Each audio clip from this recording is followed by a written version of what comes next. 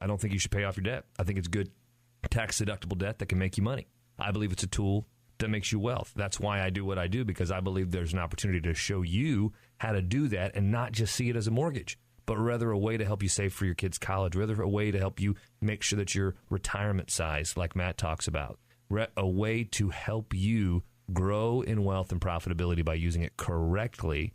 And I love that Rick Edelman here, number one financial advisor in the country, is beating this same drum.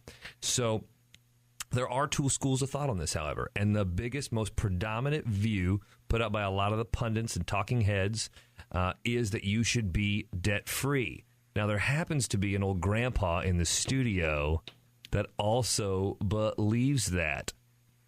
I partially believe that. Oh, okay. He's backing up.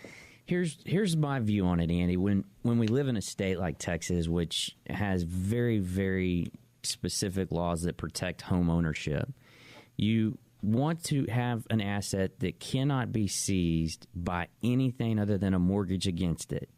You want to pay that asset off.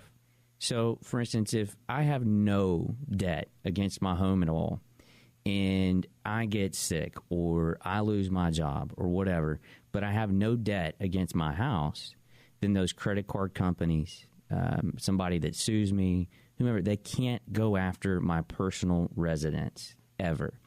And that equity in the home could be used, at least theoretically, as a way to get myself back on my 2 feet. And that's why I think that because the homestead is so protected, if you have the means to pay it off, you should probably choose to do so. So, this is hilarious. For the exact reasons, and I'm going to make you read this book because you're going to love it. For the exact reasons that you think that you shouldn't have a mortgage, that's the exact reasons I think you should. So let's take a look at that from my seat now. Mm-hmm. We're going to get your gloves on. Get your gloves on. So we're far too kind. It would be fight. It'd be pathetic. It would not be an entertaining show. It would be like that movie with Rocky, the most recent Sylvester Stallone movie that no one watched. 4 people watched that movie. Grudge Match or something. So here's the thing.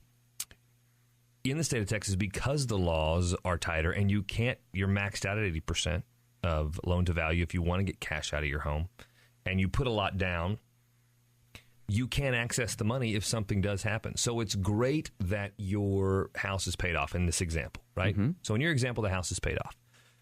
So the problem is twofold. One, you said it's an asset, and it is an asset, but it's not your asset, right? It's the bank's asset. It's your debt. And the second thing I disagree with is that it's not just a mortgage lien that can take that, right? If you don't pay your taxes on that property, you don't pay your insurance on that property, they can take it. So if you're out of a job and you can't pay there's big tax bills. $6,000 to $10,000 a year doesn't seem like much, but when you don't have a job and you're eating through savings and all this other stuff, $800 a month or that big lump tax bill is a lot. And so you never fully own your home. Also, I don't want people to be debt-free. That's not my ultimate goal. I got Dave Ramsey for that. I want you to be wealthy. And so if you're a multimillionaire, you don't care if you're debt-free, great. Be in position to pay off the house. That's awesome. I love that. But put it in a place that's liquid, that's earning a rate of return for you, and that puts you in a cash-positive position, right? And so that's what I love about the leverage, because guess what? If you lose your job and you've got the money in the investments and that's making money for you, and you didn't have it in your home, well, you're just as good. You can still make the payments now with the money you've got in your investment account.